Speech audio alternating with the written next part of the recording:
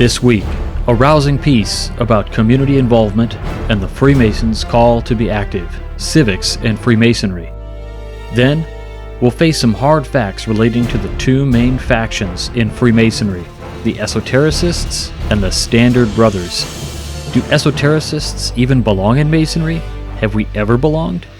Illustrious Brother Harrison stops in for a new Masonic Minute where he examines a young Jewish man, a Tekton, and his role as a builder. We'll wrap it up with an exploratory piece, literally. What does it take? Would you answer a classified ad like this?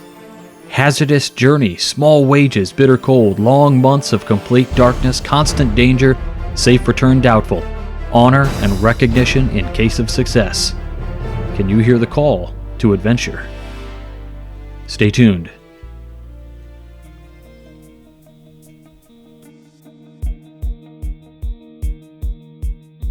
Welcome back to Whence Came You, a Masonic podcast featuring research papers and discussions related to Freemasonry.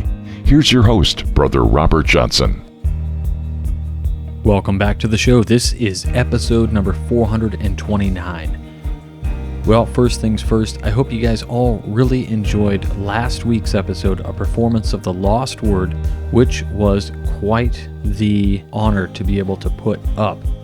My thanks again goes out to all the brothers who put that one together. This week on the program, I've got 2, maybe 3 papers, plus we've got illustrious Brother Harrison on for the Masonic Minute. Before we get started, I did have a couple updates to my speaking schedule, so if you guys are going to be out and about, I'm all about education, so I always know where I'm going to be for Masonic education, so I might as well share it. On January 28th, just later this month, I will be at Lodge of Vitruvian, number 767, out in Indianapolis, Indiana. Then shortly after that, on the 21st of February, I'll be doing a presentation at Landmark Lodge. But really, don't come to see me. Come to see the other speaker, Bull Garlington. He's fantastic. We had him on the program a couple years back talking about Star Wars and Freemasonry, so be sure to check that one out. And then the next day, I'll be at Libertyville Lodge doing the Ark and Freemasonry, like the Ark of the Covenant.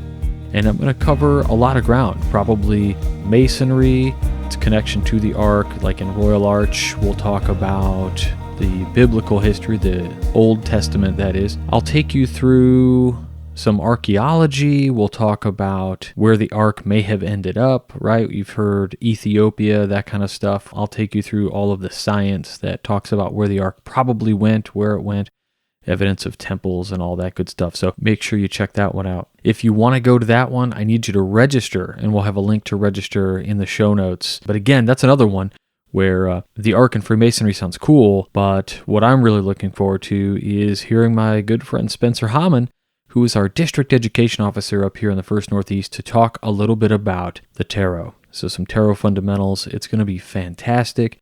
I myself love the tarot, right? Like I'm a huge fan of Paul Foster Case, Boda, all that good stuff. And even what later came after Case passed away. But if you're curious about that stuff, we'll talk at another time. So let's get into this week's first paper, and it comes to us in its adapted form from the Short Talk Bulletin. So originally it was not Short Talk Bulletin. Short Talk Bulletin adapted it to be somewhat of a shorter piece, but I really believe in this, and I talk a little bit about it in a paper you can read of mine that's published on academia.edu about why religion and politics need to be discussed in Lodge. I know you'll disagree with me all day long, but take a look at that paper and see if you agree later. If you want to find that paper, you can go to my author page. There's a link on WCY Media, and you can scroll to the bottom, and there's a link there that'll take you right over to my academia.edu page, where I think I've got just, those are really like my more scholarly articles. I think I've only got 3 up there, so it shouldn't be too hard to find. But anyway, this first one is called Civic Responsibility of Individual Lodges, and it's by Marvin L. Anderson, past Grand Master of Arizona. Now, before we get started, let's define civics, because people just don't know what that means. They think it's like nationalism or like national pride or voting or whatever, but just a basic explanation. Civics is the study of the rights and duties of citizenship. So everything that you can think of in terms of what enables you to be a part of your community in the context of the development of your small society that you live in, right, in ever-expanding ways. And if you think about it, Freemasons had a huge part in the civics in the beginning of America, and somehow we let that slip by. Civic responsibility of individual lodges. This Short Talk Bulletin is adapted from a challenging paper given at the Southwestern Masonic Conference in Little Rock, Arkansas in 1974 by Brother Anderson when he was Deputy Grand Master. It was said long ago, and has been repeated many times, that to solve a problem, that problem must be first defined. To correct any situation, we must be aware of the situation as it exists. Our Masonry, as we now practice it, is called speculative. According to Bernard Jones, Freemasonry's Guide and Compendium, quote, "To speculate is to take a view of anything with the mind, to consider anything mentally. It comes from the Latin, which means I see or I look. And from the Latin we have several other words such as spectacle and spectator. In the 17th century meaning of the word, anyone who was given to contemplation or to thoughtfulness was indulging in speculation. The speculative man was the idealist, not the man of fact and practice. Speculative Masonry arose to distinguish 17th century Masons from operative or stonemasons. Most 20th century men do not want to be spectators within their organization. Speculative is a descriptive word in a historical sense, but the concept of tranquil contemplation is not helpful today to encourage craft masonry to be active. J. Fred Latham, past Grand Master of Oklahoma, said, "Some 260 years ago, the foundation for the present-day structure was poured. For the first 50 years, our brethren cut and tried, fitted and revised, adopted and discarded many ideas and procedures. Since that time, some 200 years, we have more or less let things drift. Our forefathers of the revolutionary days were extremely active in public affairs and accomplished much outside the lodge room. It would appear that Freemasonry has resigned itself to those accomplishments and is unwilling to do much thinking of our own. We, of the present day, need to bestir ourselves and begin to do something besides expressing lovely platitudes and referring to ancient accomplishments. They were great, and we should not forget them. On the other hand, we should use their accomplishments as incentives to attain greater things in this age. We should try to do as much under present-day conditions as they. That would give us a real job. We do owe a civic duty as Masons." Most Worshipful Brother J. Clay Thrash stated, quote, "Masonry's role is self-evident. Its work is done when it has unobtrusively, in the dissemination of its precepts, and by example of its brotherhood, fitted people for a sound, well-informed citizenship, capable of electing responsible representatives of government for the people, of the people, and by the people. To take this further, Masonry is the system of brotherhood, but it is also the system of order, and if order is not enforced, love and peace and harmony will be of little avail. Paul the Apostle called for a submission even to a pagan government because it was trying to promote some kind of harmony in a pagan world. This demand is still with us, for any power that brings order out of chaos is working in the name of the supreme architect of the universe.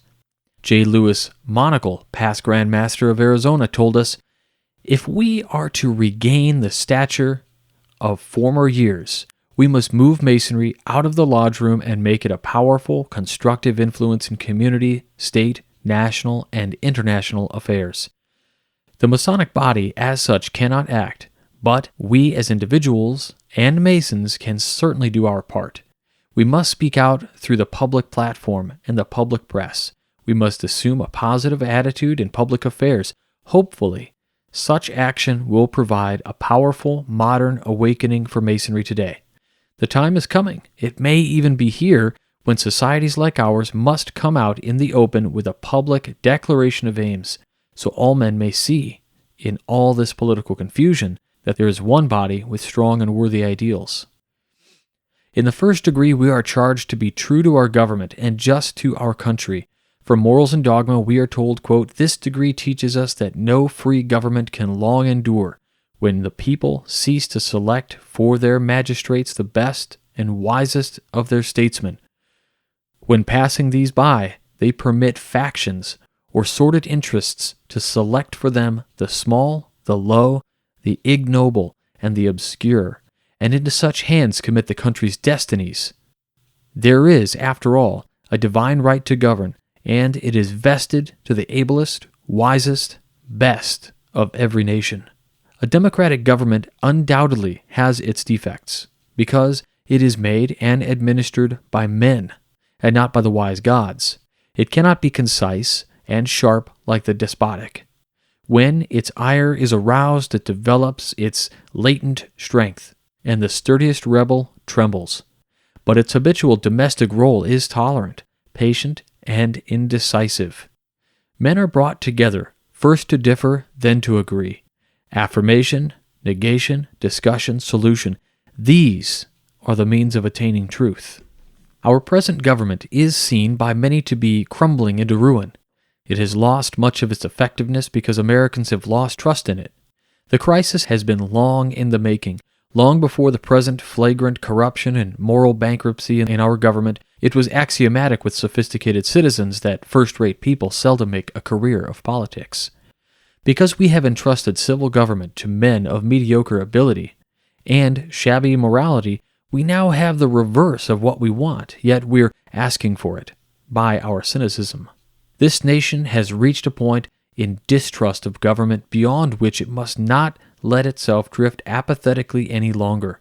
We now have two apparent options. A, let government of the people, by the people, and for the people run right on down the drain, or B, take a full turnabout and return to the kind of government our forefathers designed for us. If the choice is option A, there will be a time of anarchy and chaos. Then the savior of the republic will ride up to the rescue. Government will be restored with a vengeance, and it will be for the people, but not of and by them. Nations drift into despotism and dictatorship. As Chesterton said, a despotism is a tired democracy. If the choice is option B, it will be up to Masonry, the church, and other institutions which influence the public mind to re-educate the nation about the worth and dignity of public service in the government.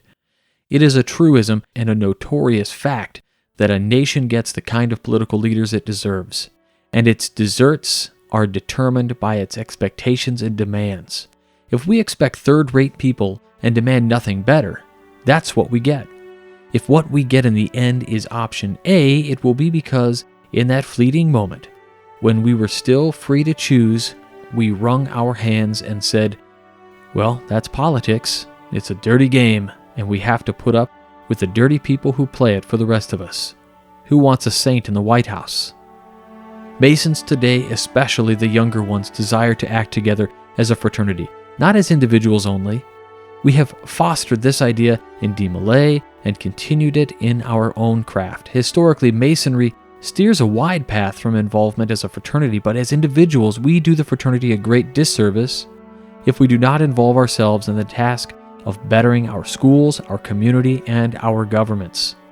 This stance of uninvolvement is sometimes unpopular, unattractive, and perhaps in some ways accounts for the decline in membership and NPD suspensions. We might also consider this as a partial reason for non-attendance in Blue Lodges because of the increasing commitments to appendant bodies of Masonry. Our craft traditionally prevents the sponsoring of Boy Scouts and other good works which the members can do in our other Masonic organizations. We return to the definition of the problem. How can our beloved craft find its way out of this predicament without radical change? Radical change is not desirable, nor is it necessary. Nothing forbids the members of the craft from joining others within the Masonic family to act in civic duties. From Morals and Dogma again, quote, Masonry is action and not inertness. It requires its initiates to work actively and earnestly for the benefit of all their brethren, their country, and mankind. It is the patron and the oppressed.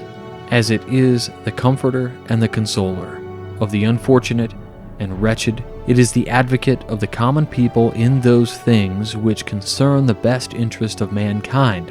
Its fidelity to its mission will be accurately evidenced by the extent of the efforts it employs, and the means it sets on foot to improve the people at large and to better their condition." End quote. Specifically, what can we do? Our real civic responsibility is to convince the world by our actions that we are Masons. We should do things which provide leadership in improving the physical, moral, and emotional status of our environment. We should sit in on school board meetings, announce our support of well-qualified and fair-minded candidates for public office. We should support community drives for blood banks, traffic safety, and community beautification.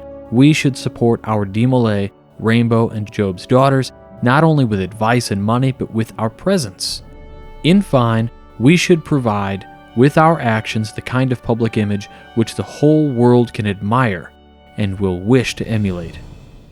Most Worshipful Brother Marvin E. Anderson, Past Grand Master, Arizona. All right, there you have that great piece on civics. Now, look, some of you might have cringed when he said we should be public in our endorsement of so-and-so. If we really listen to what he's saying, he's not saying, like, your lodge do this. He's saying you as a Mason, I'm a Freemason, and I endorse this candidate for these reasons. But we have to be so careful. This paper was written back in the 70s, but boy, it sure sounded like I was reading something for today, right? I'm not going to get political, but we all know we're in the midst of an impeachment trial here in America for the President of the United States of America. Since I've been alive, there has not been such a division in politics. It makes it difficult, especially with a lot of our brothers online and things, the political debates that go back and forth. It gets crazy. So just some things to think about in terms of civic engagement. And wow, right? Again, it amazes me when we read these old papers. It's like they were written yesterday. And then by just chance, I randomly happen upon them. I reach my hand into the box and I pull out a paper, and it always seems kind of relevant. It's as if, the masters are guiding the hand. It is interesting. Also, just for the edification of the brothers out there was a word in the paper that we just read that I actually didn't know what it meant. I had to look it up afterward. And it was when there was a quote. It said, "We of the present day need to bestir ourselves and begin to do something besides expressing lovely platitudes and referring to the ancient accomplishments." So the word bestir means to make physical or mental effort, to exert a rouse in oneself, so to bolster yourself up. So if you're like me and you didn't know what that word meant, now you do. All right, so I'd like to remind everybody how to support this program. How do we support the program? Well, we do it through donations.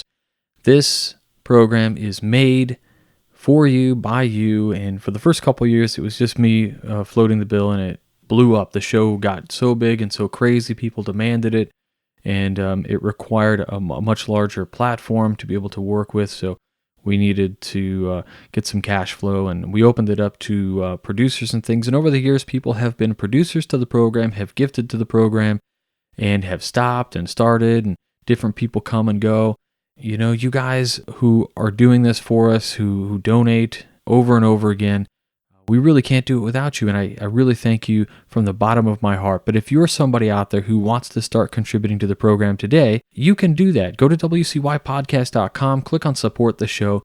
We've been doing the program here since 2011. We did 3 or 4 shows, and then I was off for like 3 weeks because our power at the house went out for 4 solid days. So we had the worst storm in the whole world. It was crazy. But anyway, since 2011, this show has been here weekly, every single week. We go dark 2 times a year, and that is the last 2 weeks of the year to allow time for everybody to shut off our devices. And I don't record for the last 2 weeks, or maybe I do, but it basically gives everybody a break to do and be with their family. But if you would like to support the show, you can do that either through Patreon or you can do it through PayPal, whichever you choose. They both have the same exact benefits. If you go through Patreon or PayPal, There's a $2 a month contributor. And if you do that, you will receive your name posted to our website, immortalizing you as a contributor to the show. If you are a fellow, that's $5 a month. You will then have your name on the website forever, and a thank you card will be sent to you from me, handwritten card. It's not like, pre-printed and I just slap your name on it and throw it in the post or anything. I actually write you a card because I really do have gratitude for all of our producers, fellows, and contributors. And if you want to donate $10 a month, then you are a producer, right? And as a producer, you'll get those other two benefits, plus I'll send you a producer's pin. And if you're a producer out there, take a picture of yourself wearing that pin wherever you are and post it to our Facebook wall or on social media. Tag us in it. I'd love to see it. It's awesome. One time I got a picture of a guy who was wearing his pin at work, but he had to send it to my email through an encrypted mail service because he couldn't post where he was. It was super secret. But it was really awesome, and I got a real kick out of that. Where was it? Only he knows. He probably, if he's still listening to the show, he probably remembers. So it was awesome and a highlight. And if you're not down to do something monthly, we do also have a way to give a one-time gift, and it's through PayPal. You can click the button and choose the amount you want to donate, whether maybe it's $1, whatever. It all goes into the kitty, and it all helps us with the infrastructure that we've developed over the past 9 years. 9 years of this show. Isn't that crazy? So anyway, the other ways you can help support us is the shop. You can go and you can just straight buy a producer's pin. I think I've got one Mason's Lady decal left. You can order its business time an autographed copy. However, if you do, it's going to be a few minutes before I can get it because I'm actually out. So I have to order some more, and once I get those, I will be able to sign and ship them out. It's $15 just like Amazon, except I have to charge shipping because I got to ship it out. So it's $17.50 autographed to you, or there's a link there. You can just pick it up through Amazon, or you can get it on Audible. And then, of course, if you want to support the Indiana Masonic Library and Museum, you can click the link for Laudable Pursuit, and you can check out the Audible version. We had a great talent do this, and it was just our way of giving back. Our lodge gave back to Chris Hodap and the Knights of the North for their great action in putting together this book that's old now, but it's a great book. And we wanted to do it justice, so we made it an Audible book, and it wouldn't have been possible without the excellent direction and production skills of Brother Adam Hassel. So thank you so much to our brother. I also want to remind everybody to check out Franklin's Fortune. It is an amazing strategy card game you can play based on Ben Franklin's virtues. It's tremendous. Says 14 and up. Again, I tell everybody every week, my sons and I were playing this when they were 10 years old. It is fantastic. You can get the deck and read all about it. franklinsfortune.com. Click through our links there on the website and you can check it out. WCY as a coupon code will get you $5 off. So that's pretty rad. We've got the bookstore. Anybody who came on the show and has a book out, we've got it linked up here. And if you click through our links and you buy the book, Amazon sends us like some pennies, like 16 cents on $10 or something silly, but every little bit helps. So check that out. I went ahead and we had some updates to some of my websites that I maintain. So rhjohnsonauthor.com is my author website. It's not exclusively Masonic, but a lot of the stuff that I'm involved in is there, including I mentioned earlier that academia.edu page, my Amazon author page, all that good stuff. So it lists some of my other projects, right? Got a young adult book coming out called The Extraordinary Tales, and I've actually got a really great friend and brother. You guys might know him, Brady McNulty. He's doing the illustrations for this book. It was a joint venture. I wrote a story about kids in a water park, and it's crazy. But it'll be really fun, and Brady did some amazing artwork for it. I'll just throw that out there because who knows when that'll be available, but soon. We relaunched the WCY Media website, and of course at the bottom of the website, if you go to wcymedia.org, what is this, right? This is the parent company that I keep our podcast under so that we're legal beagle, and you can contact us here on this website if you want to set up some sort of a Masonic podcast, or you want to do a blog, or you need assistance with websites and stuff. It's kind of like my freelance page to help out brothers of the Masonic, fraternal, and occult nature stuff. I don't charge anything to help or give advice. Take donations, and it's appreciated, but really the point is I'm all about Masonic education, so if I can help, I will. And this is just a streamlined, separate way that you can reach in so it doesn't get mixed into the crowd of other stuff that I deal with. All right, so our next piece is actually a piece I just penned. Maybe you read it, maybe you haven't. I was on the Winding Stairs Freemasonry group on Facebook, the best Facebook group for Freemasons on the interwebs, flat. Nobody else holds a candle to it, and that's because it's no state lodge or anything like that. It's its own thing, moderated by a team of brothers from around the United States who they all talk to each other and moderate things and whatnot. And it's a great effort. And the best conversations happen there. And there's really little to no vitriol. It's really wonderful. I would say another great Facebook group, if you're out there to check out, is actually, it is, under a state, but it's fantastic. There's some great conversation that goes on over there. That's the Texas Freemasonry group. So if you're not a member of that group, maybe try to check it out. I don't know if they'll let you in or not, but if they do, it's pretty rad. There are some great guys in there.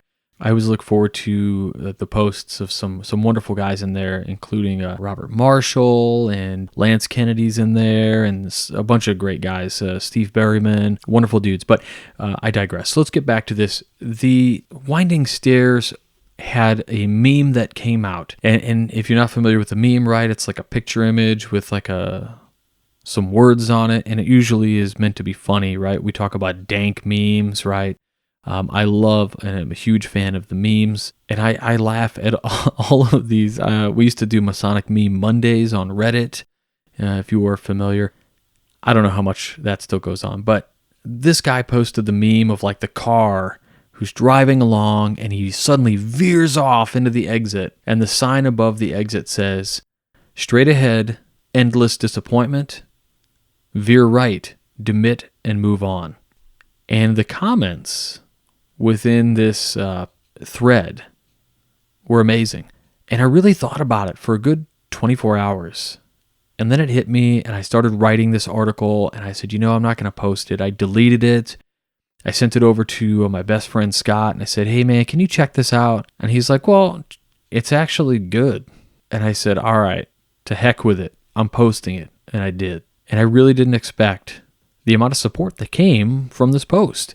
It wasn't widely circulated. Maybe it will be now. I don't know. But if I could, I would like to read it for you now. And I'd love to get any of your reactions, whether that's in the YouTube comments or on Facebook or whatever. So here we go. When the Meme Hits Home by Midnight Freemason contributor Robert H. Johnson. Ouch. That meme above.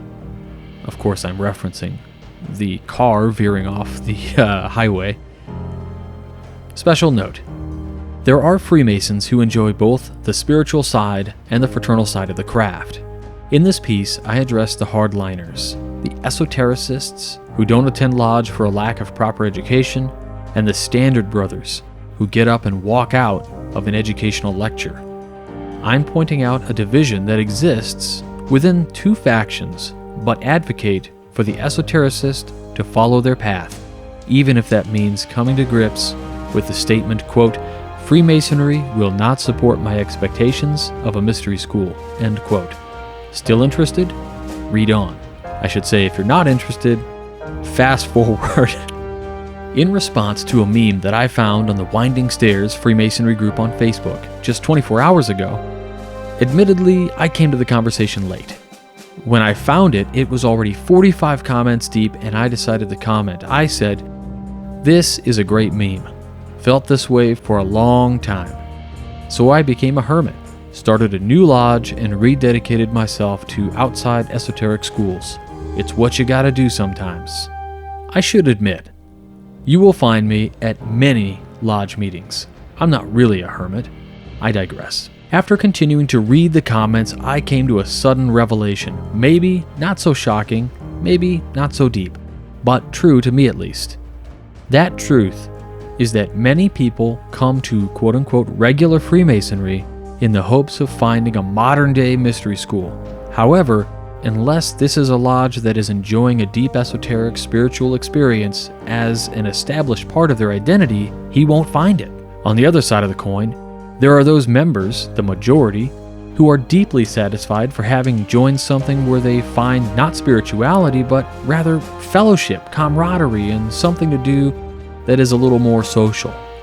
I hesitate to say a social club, but it's true for socialite and esoteric seekers alike. A socialite Mason isn't going to find a great business networking opportunity within a lodge of Kabbalists, and a practitioner of, say, Enochian magic isn't going to find value in running a fish fry.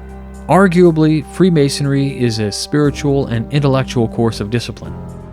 However, the craft has evolved into something wholly different through time. Whether this is wrong or right, who can say? I cannot say that the social club Masonry is doing it wrong, because it is exactly the way it is supposed to be according to how it is being promulgated by our institutions at large. How different is it from the context of the ritual? It's as if the word speculative has taken the full reins. Some would say Freemasonry isn't very Masonic. I would tend to agree with this, if only for the fact that we've redefined what Freemasonry means, which is why we have the relatively new traditional observant lodges and others. A sort of pushback, if you will. Freemasonry is healthy. I don't think it's going to go anywhere, but also it's changing with the times. Regardless of the foundation or tradition, it is changing to be more accepting and to embrace wholeheartedly the more tangible things that the craft seems to represent. When we say, quote-unquote, the greatest of all these is charity, our organizations are latching on with everything and going all in like Maverick at a poker game. There are those esoteric Freemasons who are fighting what we consider a war to get Freemasonry back to what it was, or rather, what its intended purpose was. I'm afraid, outside of the traditional observant movement, educational-focused lodges, the more spiritual, experience-based lodges, will always be the minority. They are doomed to suffer under the administration of an organization that promotes something completely different than what they are and represent. This makes it difficult to even operate within the confines of the system. So we're left wondering about the definition of Freemasonry and how that definition has changed with time. We all come to this conclusion that it's okay that it's not embodying what its original purpose purports to have been, education.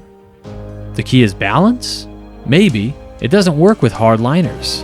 Consider the facts. This works for middle ground Masons who find themselves intrigued with the esoteric, but the practitioner of the royal arts rarely has any interest in anything of pomp and circumstance, honorifics, charity events, lunch and learns, retirement options, etc. And I will say that the opposite is true for our brothers on the other side. I would hardly expect such a Freemason to sit through a 90-minute discourse on the golden verses of Pythagoras, or to sit through a 45-minute Yale lecture on biblical foundations with an extensive Q&A afterwards. These are two separate organizations. Dare I say the esoteric version just doesn't fit Freemasonry any longer. Maybe it hasn't for a really long time. When we look at the records, we see the Masonic scholars throughout time have complained about education and practical means. In fact, the SRIA and SRICF were born out of Masonic needs to get deeper into the mystical, and yet it was not practical enough. So out of this was born the Hermetic Order of the Golden Dawn, which later became the Alpha and Omega in the United States.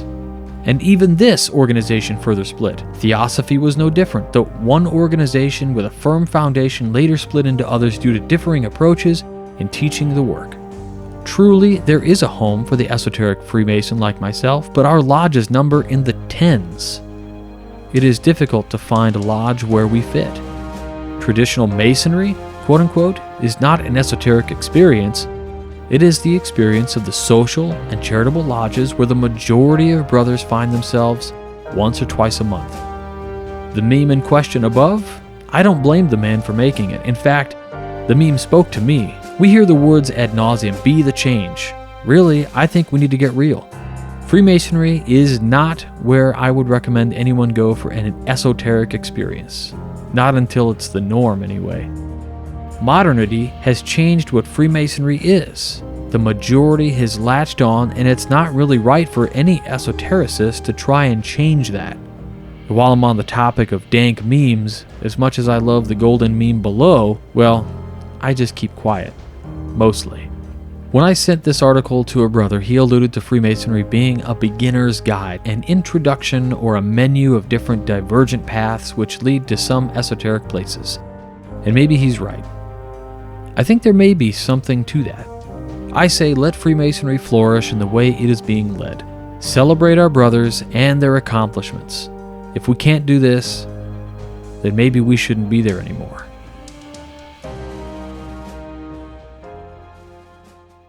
Now, the meme I shared was, of course, this guy loading up this small tank round, and it says, me and Masonic education is the bullet, and then he's shooting it directly at a guy on the shore, and he's labeled the Supper Club Mason, like you're forcing Masonic education where it's just not doing anything, or it's not needed, it's harmful maybe. But yeah, this was my soapbox. In the beginning of my Masonic career, you all know I started this podcast out of a need for Masonic education, and I'm still there. I still love Freemasonry. It is the path that put me on other paths, and I still practice Freemasonry every single minute of every single day. But it's probably time to make that distinction that we shouldn't always be looking at this like a war, that we have to get into a lodge and teach them all the spiritual aspects and to look down on other brothers for, not practicing what we practice. Yeah, some of us are practitioners, and some are not. That's just the way it is. Coming to Nazareth during his ministry, Jesus preached just as he had been doing throughout the countryside. In other places, he had drawn enthusiastic crowds. In his hometown, however, people in the crowd became derisive. They recognized him to be one of their own, a common tradesman, and therefore not someone who should be taken seriously as a teacher or prophet. Is not this, they asked, the carpenter? This passage is where we learn Jesus, like his earthly father Joseph, was a carpenter, according to contemporary Bible translations. Both Mark chapter 6, verse 3, and Matthew chapter 13, verse 55, give an account of the incident using the Greek word Tekton to refer to Jesus' profession.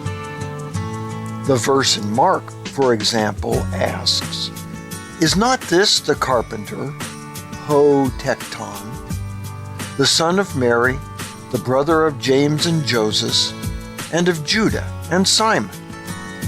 And are not his sisters here with us? The word Tekton, however, does not directly translate as carpenter.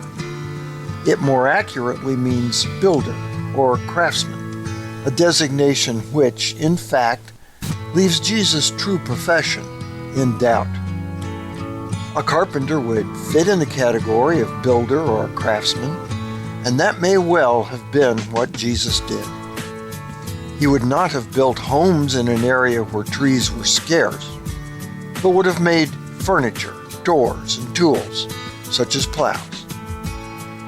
However, the most dominant profession around Nazareth, where Jesus grew up and would have practiced his trade, was stone masonry. The area was rich in stone with several quarries, including one in the heart of Nazareth. Virtually all buildings were made of stone, and the demand for stonemasons would have been high. During the time Jesus would have worked as a craftsman, the Romans expanded the small town of Sepphoris into a city for Jewish aristocrats who supported Rome. True, the venture would have required carpenters, but the greatest demand would have been for masons. Sepphoris, today Zippori, was less than 4 miles from Jesus' home, and regardless of his craft, it is likely he worked on the project. We'll never know for sure, since the broad definition of Tekton could refer to a number of professions. But taken in context and in light of the more likely profession of the tradesmen in Nazareth in that era, it could be that Jesus was not a carpenter, but an operative mason. For the Whence Came You podcast, this is Steve Harrison with the Masonic Minute. All right, wonderful piece there by illustrious brother Stephen L. Harrison. Just another amazing installment. So if you love this kind of stuff, I can't recommend enough his writings. He has a brilliant way of doing editing as well.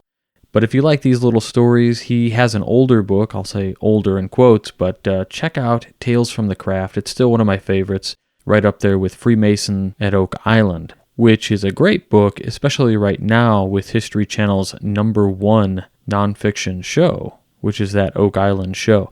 So it's pretty cool. It's a good compendium. So check it out. Go to the Whence Came You bookstore right there on our website to find more. All right, so for our next piece, I've got something pretty cool, and I pulled this one from the archive over at the Masonic Philosophical Society.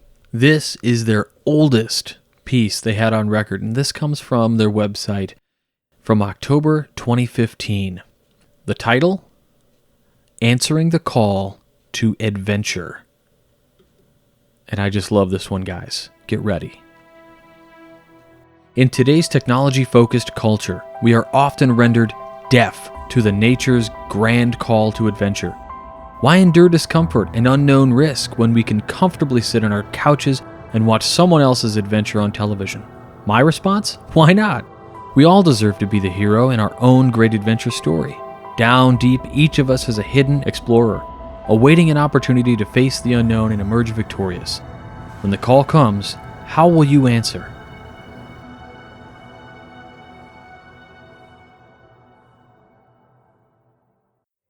The heroic age of Antarctic exploration.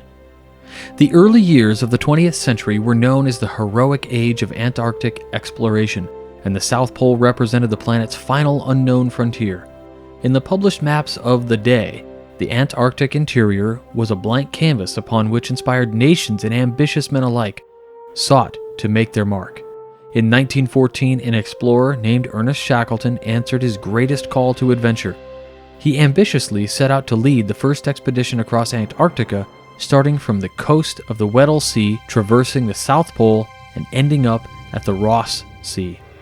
Having been a part of 2 previous expeditions to the continent, Shackleton possessed experience and knowledge of polar climates. He was the rare sort of man who learned from his past mistakes and systematically sought to apply those lessons to his future endeavors. Knowing the psychological strain that the men would be forced to endure in the Arctic conditions, Shackleton required a crew that shared his idealistic vision and tenacious spirit. Men like those in one of Shackleton's favorite poems, who longed to mark the map's void spaces. Methodical in his planning, Shackleton created a list of qualities that he was searching for that included optimism, patience, imagination, combined with idealism, and courage. Shackleton reportedly then placed an advertisement in the London Times which read, in all caps, "Men wanted for hazardous journey, small wages, bitter cold, long months of complete darkness, constant danger, safe return doubtful, honor and recognition in case of success. Ernest Shackleton." How many of us would respond to such an advertisement? Who would volunteer to sail through frigid seas, to walk across an uncharted, frozen abyss? Reportedly, thousands of men sought a spot on Ernest Shackleton's crew, and just 28 were chosen. The endurance is legendary in the records of polar exploration, despite the fact that the expedition's initial objectives were never even reached. The expedition. In August 1914, the ship set sail for Antarctica by way of the South Georgia Island, a whaling settlement off the coast of South America. Heading south, the wooden ship immediately encountered problems, navigating through unusually thick packs of ice that created an ever-moving labyrinth of destruction. By January 1915, the crew aboard the Endurance was able to see the Antarctic mainland, but fiercely cold temperatures and polar winds trapped the vessel in ice. Locked in place, the crew had no choice but to wait until the warmer temperature of spring could free the vessel. Shackleton demonstrated great leadership skills in keeping the crew members occupied in strict routines to mitigate the collective fears and anxiety of the men on board. Months passed, and morale continued to sink as the ship remained cinched despite the warmer temperatures of summer. The sheer pressure of the ice was weakening the boat, causing the emission of auditory signals that the boat's collapse was imminent. Creaks and groans were interspersed with sharp explosions reported by the crew to sound like gunshots and heavy fireworks. Tom McLeod responded in fear, quote, "Do you hear that? Will none of us get back to our homes again?" End quote. Yet, as the wood was violently twisted and pinched, Ernest Shackleton remained astonishingly calm, displaying remarkable self-control, optimism, and almost casual indifference to the impending doom. Facing the failure of his mission, he rejected defeat by adapting his mission and setting his sights on a new objective. He wrote, quote, "If one goal had disappeared, we'll have another one. And so, if I can't cross the continent, I'm going to bring all my men back alive." End quote. After ordering the men off the sinking ship, Shackleton marched his crew out onto the ice with the barest of supplies to make camp. By April 1916, the ice began to break up and the men navigated in 3 rowboats to the rocky, deserted refuge of Elephant Island. Knowing that inaction meant that all would perish there, Shackleton decided to attempt one of the most daring open boat voyages in recorded history. In a small rowboat, Shackleton and 5 of his crew managed somehow to navigate 800 miles to South Georgia through hurricane-force winds and raging seas, utilizing only a sextant, a handheld tool that provides direction via celestial positioning. Imprecise readings would have meant the waves, wind, and current would have led the small craft into an open ocean and certain death. Due to the unparalleled navigating skills of Frank Worsley, the crew made it to South Georgia, but they landed on the uninhabited side of the island. With almost no equipment, Shackleton and the men crossed 30 miles of uncharted mountains in 36 hours. Reaching Whaling Station, Shackleton enlisted the help of the crew at the Yelko Chilean steamer. Traveling back to Elephant Island, he rescues the remaining men on August 30th, 1916. "I have done it," he wrote to his wife Emily. "Not a life lost, and we have been through hell." Displaying the utmost devotion and responsibility for his team, his men returned his commitment with fierce loyalty and uncompromising faith in his ability to bring them home safely. The call of Freemasonry. In our modern day, we may never face a life and death survival gauntlet like the men of the Endurance. We face more subtle foes of moral relativism, obsessive consumerism, and weak social networks created by distance and reliance on technology. Yet we still must endeavor to create meaning and find purpose in our chaotic world. Through self-improvement and service to humanity, we can chart our own course to happiness and fulfillment. Freemasonry calls us to embark on a profound adventure in a realm unexplored and uncharted by most modern individuals, to know oneself. Through hard work and perseverance, Masonry provides us with the tools for the highest degree of moral, intellectual, and spiritual development for all mankind. Moreover, it teaches us the skills of leadership and reminds us the importance of caring for our fellow man. Supported by the bonds of brotherhood, we can accomplish great feats of daring in our own inner quest. Sir Ernest Shackleton, February 15, 1874, passed away January 5, 1922, was initiated into Navy Lodge number 2612 of the United Grand Lodge of England on the 9th of July, 1901. Shackleton attended the first regular meeting of the Guild of Freemen Lodge, number 3525 in 1911, and was passed to the second degree by that lodge on the 2nd of November 1911. He was raised to the sublime degree of a Master Mason at Guild of Freemen Lodge on the 30th of May, 1913. How incredible of a tale is this? You know, we've talked about Ernest Shackleton back in the day when I used to do the famous Freemasons in each episode. But this was just incredible.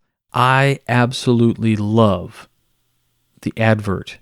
Men wanted for hazardous journey, small wages, bitter cold, long months of complete darkness, constant danger, safe return doubtful, honor and recognition in case of success. That is just, I'm ready to apply. How amazing is that? Anyway, I hope you all enjoyed this week's episode. It was a joy to bring it to you, and we are just about at that time. So again, thanks to all of our contributors, our fellows, and our producers. Please go to wcypodcast.com, click on the supporters, and you'll see a list of our current producers, fellows, and contributors.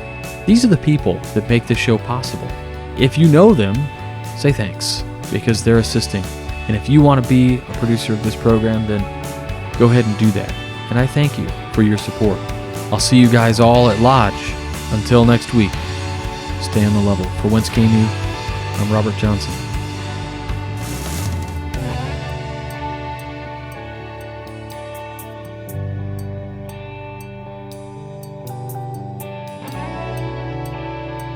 You've been listening to Whence Came You, a Masonic podcast featuring research papers and discussions related to Freemasonry with your host, Brother Robert Johnson. Be sure to join us for our next edition.